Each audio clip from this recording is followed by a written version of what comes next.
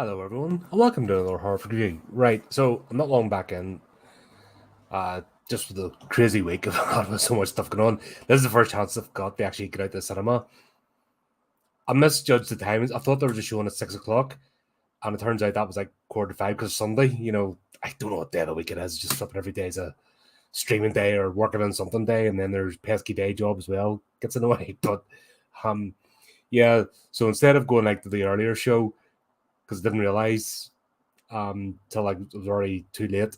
So I went to the later one. So here I am. So may as well do the stream before I hit the hay and start a new fantastic week. Right. This is the fourth film in the franchise, and I remember I haven't seen these in a while. I didn't get a chance this week to go over them. Too much going on, as anyone that follows the channel knows. We've been quite busy. I wasn't too fussed in part three. I didn't quite see where that one was going. This one, however, really good. The premise of the story is that we start off at the scene where, if you remember, that Josh and like Dalton, the kids all decided, right, okay, best thing to do is hypnotize ourselves, erase the memory of last year, so we can't invoke this thing again, call it back. And they all agreed, sit down to go through hypnosis, and that's the idea, that just basically erase their memories of all events so that they can carry on normal lives. It then jumps to 9 years later, where Josh is effectively burying his mother. His mother's passed away, and they're at the funeral. In that time, Josh and not Elise, Renee have got divorced. He's estranged from his kids. He's like a broken man. He's perfect memory fog. So the hypnosis has had a long lasting effect, which people didn't understand. And they all know something's wrong. So what they thought was the good thing, basically erase their memories of the previous events, is actually still in there. The trauma's still in there, the unresolved issues of what they've been through. And basically that's getting played out. So we start off, Dalton's and Dalton's going to college, and Renee basically has the ass battery to drive, to try and get them to sort of have some sort of connection. And you can see there's bad blood there, and there's resentment, and then we start to find out more about Josh's life and his relationship or non-relationship with his father. And then that's all sort of playing out. Pretty well done, honestly. There's good character acting in this. There's good scenes. So the older versions of the kids, the two brothers, actually pretty decent, because at first glance you think Dalton was your, morose, gothy type, emo teenager. But as it turns out, it's not. He's, basically, lads, he's traumatized the events, and if you had a demon trying to rip your soul from you, I think you'd be a bit upset too. And then if you have the memories or the trauma of a demon trying to rip your soul out, but the actual memories of why you're traumatized, then you're going to be even more screwed up. And that's what that's about. There's an underlying theme which I picked up on with this movie, and it's lies and keeping secrets from those you hold dear. That's kind of the underlying theme that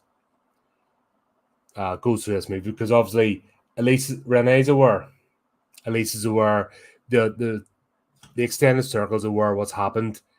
It's Patrick, Dalton, and God, who's the wee brother?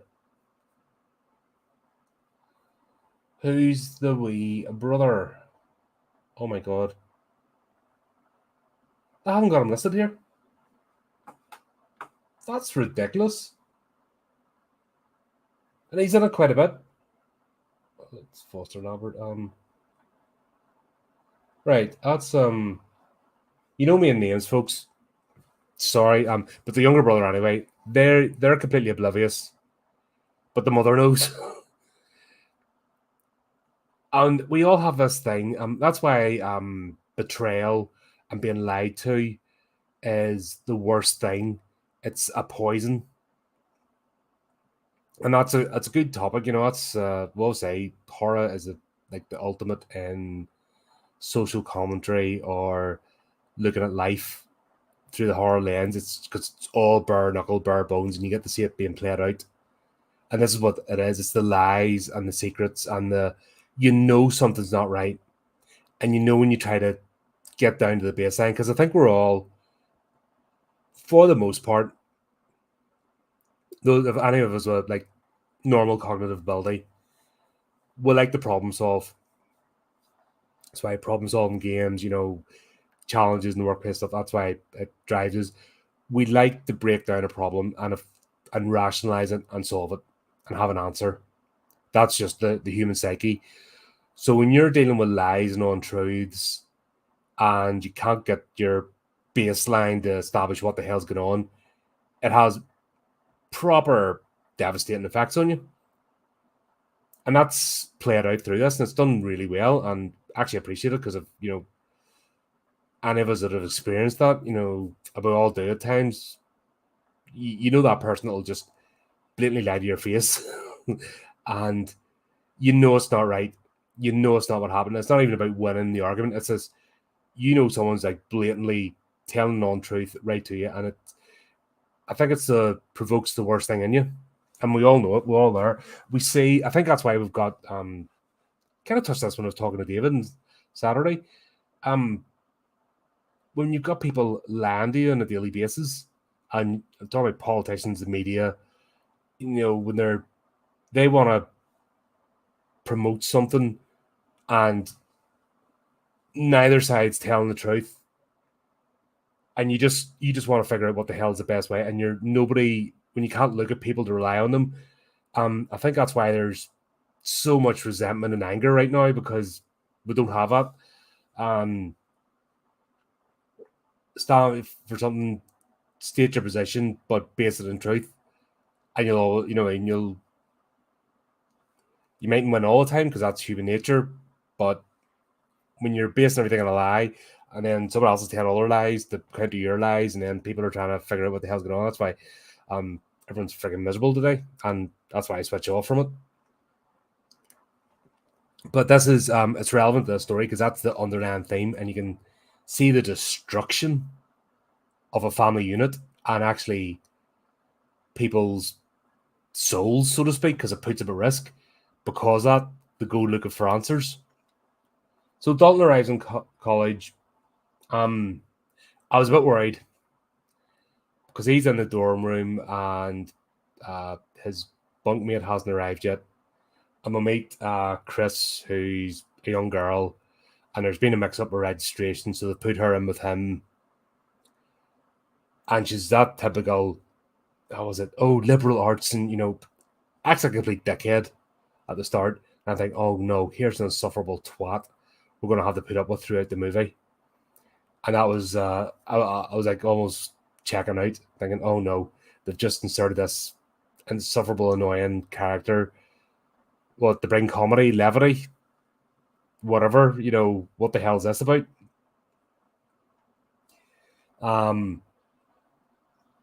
But it worked out because because of the strange circumstances, that gave her a chance to bond with Dalton. And she could move the next day,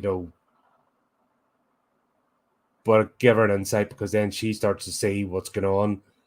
And then she actually gets genuinely interested in him. I don't think wasn't a romantic interest there. That was cool as well because it's boring. The worst thing I hate in movies is the love interest. It's the most boring trope of a character.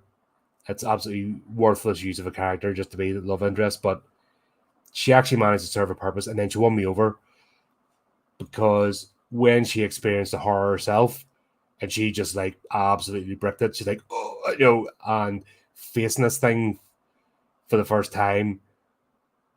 And the wee girl that plays the character, did a brilliant job. Just showing that absolute terror and fear of, oh crap, this world is real. This is not a messing about thing. and then it just brings him closer in that respect. So it all starts off when he's in the college. He's doing an art course, and he's done drawings, and that there's something, there's something in his artwork. She does this thing, the professor, where it gets him and she counts down from 10. So basically what we're getting then is a replication of the hypnosis process. So that's what triggers Dalton. Basically open up his mind back again to the other. As the others, the other realm, what's it called? It's not the nether. I think it is the other, but the other realm. As we know, this series, those that can astral project, those that can move into this realm and talk with the dead, it's like blood in the water, the sharks, the scent of life, and a lot of these spirits, they're broken. They're it's the ghost is stupid thing again. It's the ghosts are broken things, and they just act out of pure emotion and yearning and absolutely no coherent sense whatsoever with the physical realm. Which, there's a bit later on where, it kind of makes sense when it gets fixed.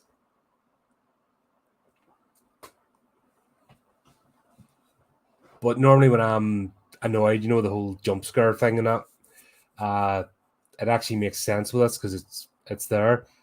The bit that didn't make sense was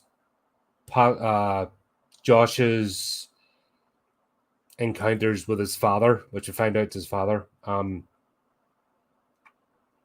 That scene just crashes through a windscreen, a glass door at him, and he's all bloody up and doing the ooga booga scary thing, and just made no sense. It was things got her scared, jump scares for jump scares' sake. On that, the jump scares were managed well. I actually enjoyed them. There's one in particular, and it just shows there. I think it's the first horror movie I've been to in a while as well, where the cinema was packed. I mean, it was full, and normally you don't see that. Anytime I've been and you've seen me showing, it's like they're practically empty when I go. So Sunday night must be horror night. So there's a few normies in the crowd, and that was absolutely glorious. Because there's one particular scene with the other part of this that doesn't make sense because it never got resolved properly. But there's one with a ghost, and I just burst out laughing because it was a vomiting ghost, it was the Exorcist type vomit type stuff, and I'm just like, ah! And there's Norby's just going, ah! I'm fucking buckling with laughter at it, and I'm just like, oh, you sick! You watch too many horror movies, mate. You're twisted. Your brain is broken. It's like Chris's reaction. Her, she represents a normie coming into the horror franchise and starting off with Saw instead of Killer Clowns, or starting off with, instead of a comedy one or Dracula Dead and Loving It. So instead of starting off soft, she goes straight into the hardcore stuff, and it's like, whoa. It's kind of like that.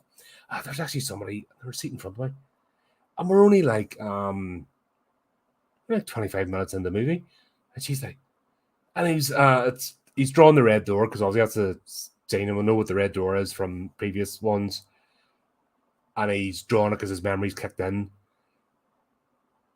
and she's like, this is too intense for me. All I'm hearing, this is too intense for me. And I'm like, bloody hell, nothing's happened yet. But it just it goes to show you don't need gore. You can build up a good tense atmosphere. One thing this movie did really well was the use of absolute silence.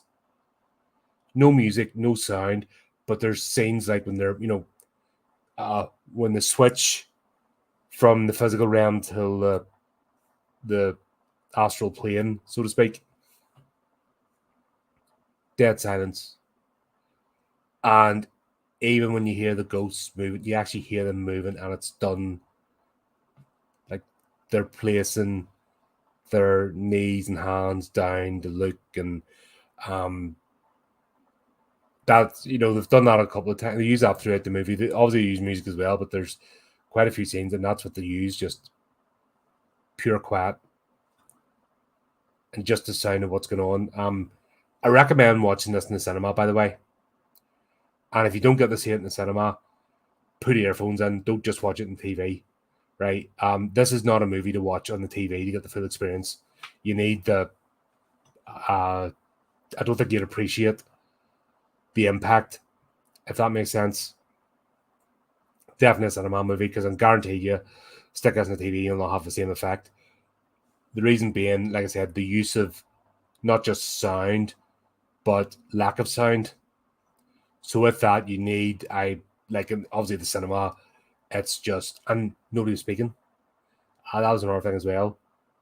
Like, that's how everyone was like quiet, paying attention. Do you know, normally you have people dicking about in phones and doing all sorts and faffing about? Nobody, like about 2 people moved to go to the bathroom, I think, in a packed cinema. Everyone's just like sitting glued to the screen. It kind of shows the impact though that horror movies have, and this is a good one. It really is. Glad I want to see it. Glad I want to see it in the cinema. So, in the college, Josh is trying to connect with Dalton, and somebody's handing out leaflets for a frat house party. And if that's the epitome of Dumyankistan and Dumyankistani colleges, it's the frat house weird shit that just no thank you. But he's handed this flyer to go to, what you'd expect, the Boar Fest, and boring people trying to be cool. But they talked about an incident in the place a previous year. Obviously, a student died, and their ghost is floating about. But it was never resolved. Why the ghost was obviously died before his time. But why he was reaching out to Dalton, he was telling him to close the door. It's the whole theme of the movie. But even when he's trying to, when Dalton goes to look for him the second time, he's still doing the grabby jump scare thing, which is utterly stupidity. Because we do have entities that appear as sympathetic ones, where I think you need, there's a good bit of, to show this realm, I think you need that bit of balance. And those that have stayed behind, like Elise, she's passed on at this point, and she kind of stays behind, and she's not doing so they can do it when they want. They can have clear speaking. So I think that character would have been a good storytelling point, reliable narrator, so to speak, to explain what the hell's going on. And it was wasted. And it just didn't, it was just another excuse for a jump scare. And the movie didn't need it, if that makes sense. There was enough going on with, obviously, we got the Red Demon back again.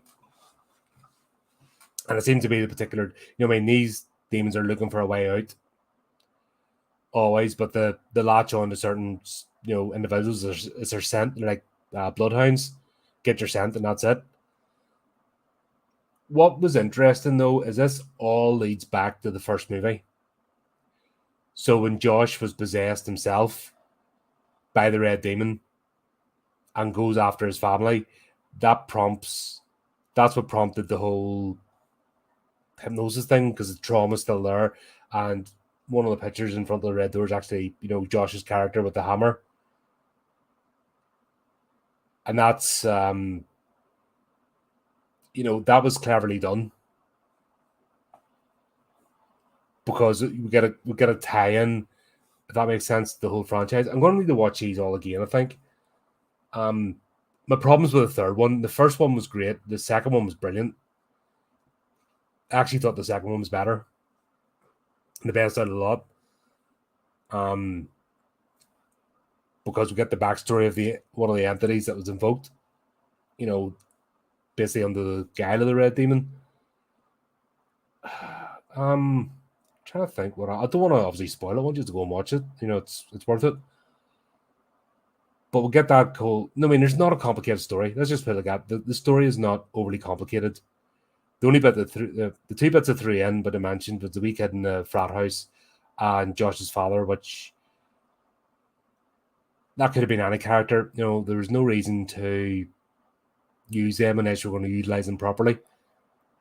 And we find out, you know, Josh goes and does some research and finds out his backstory, and then that's when he twigs on what's happened, and then the whole story comes out. Back to what I'm saying, the whole theme of this is lies and secrets are poisonous, and they do as much harm as any ghost entity or physical threat can do. They can really mess people up. We need that grounding. We need to know what's in front of us, where's up, where's down, where's left, where's right. When that all gets skewed, that's why things like sensory deprivation or techniques used in interrogation, that because when you can't tell, whether it's daytime or nighttime, or if you're standing up, sitting down, or you can't hear, so you can't orientate yourself, that's what breaks people. So there's a lot in that, and it's a powerful horror tool, to be honest, and it's used quite well, as much as because I think if this had just relied on the Red Demon again and jump scares, this wouldn't have been a good movie. It would have just been the same old. So having that, I would say, well written story, because it was actually you were following along with it. Can't really argue. It wasn't trying to be pretentious or anything. It's just a simple story told well, and that human aspect, and then the horror on top of it. That's that's all you need to do for the movie to make people happy. And like I'm saying, because it's the first time I've been to the cinema where it's been full, and it was good to see, and it was actually amazing. Like I said, people were gripped to their seats. Even when I went to see Evil Dead Rise, but there was more of it was more of a general audience, fizzling about and stuff. In this, the atmosphere, people were gripped, and that tells you all you need to know. Sometimes if you are in the cinema, right, and you're watching a movie, just take a wee step back and look around you. That, because if you're wondering yourself whether you're enjoying the movie or not, have a look around you. If people are fizzling about and on their phones and like getting popcorn, and there's more people back and forward to their seats, they're not invested. When you get like I said, I was able to pick up words of a conversation because nobody else was talking. Sometimes you get the wee murmurs here and there, and that's general chatter. Like put the likes of this compared to the audience in a superhero movie. People are faffing about and doing whatever. They're sort of half paying attention, looking at the shiny stuff on the screen. And this was people just riveted, and it was I said that's how I knew that what I was feeling, and being gripped by the story wasn't just me. It was being played out in front of my eyes. Well, that's cool. They've left it that this franchise can carry on. It wasn't an ending or anything. It's just another chapter in a story. We'll get to see the coming together again at the end. The reconnection between Josh and Dalton. In fact, time gets played with, so we'll see the original scene where Josh went in to get his son and rescue him. Now we're seeing it getting replayed out again. We're seeing the whole, it was you in the picture, these things can possess us, it's doing it to you right now, all that type of stuff. Really good. What I would like to see now, if they're going to do more, these two have been through the crucible. So Josh and Dalton don't need to break down anymore. If they're coming back, they should be seasoned. They should be the next Elise type character, if that makes sense. They should be mentors.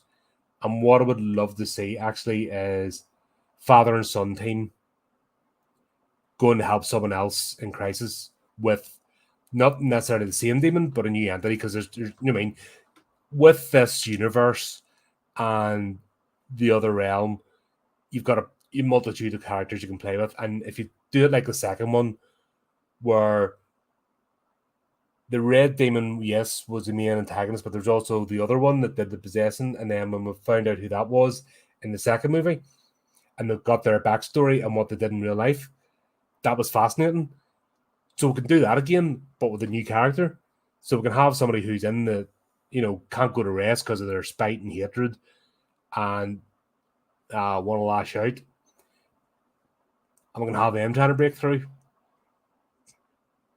And then we can get their story told. So this could go on, and we can have the passing of the torch as well, because like Patrick Wilson isn't old. He can, and these aren't like action movies or anything. So all you do is be able to act with a few scenes. So there's no reason why he can't do another few of these movies. He's definitely not past it. Do you know what I mean? Not past playing this role. But now, Ty Simpkins, who plays Dalton, I liked him. Like I said, initially he was given the whole emo vibe, but he progressed, and we saw character progression throughout the movie. So him coming through, maybe the next movie he's like 2 years ahead and he's graduated. And you could see him. Do you know who I could see him being? And we could have him be the God. I'm about to forget it. Lord of Illusions. Oh God, I'm gonna have to look it up. Sorry. My brain has just went.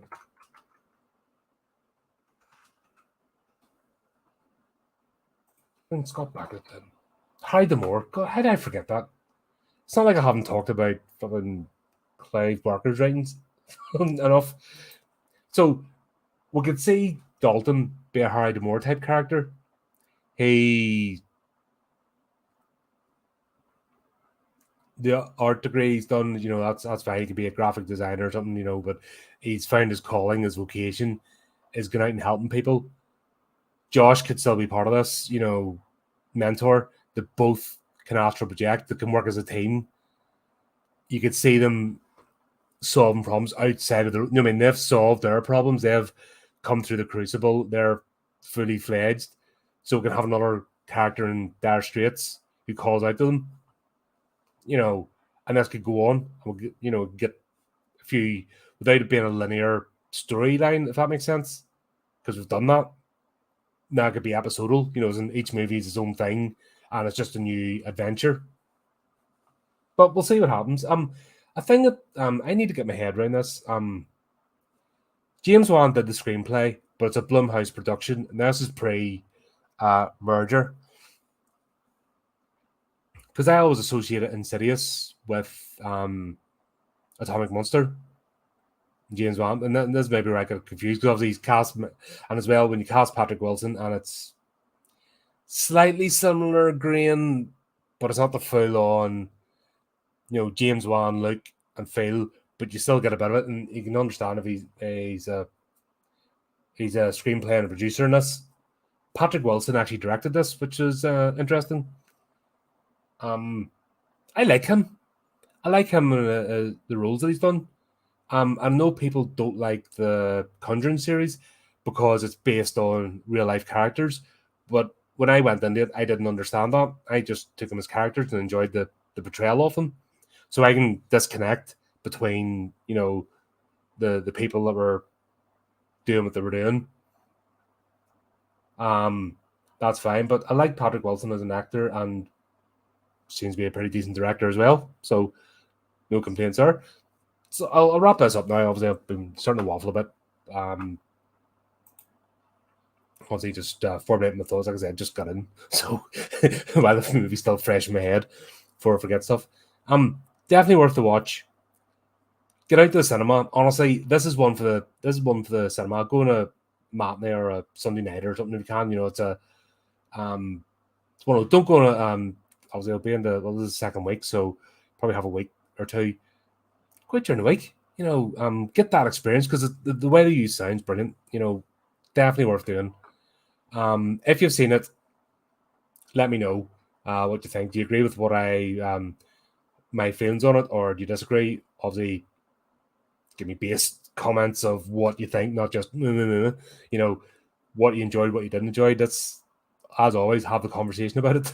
That's what this channel is all about. But there you go. Hope you enjoyed that. I don't know what I'm doing this week. I need to plan some stuff out.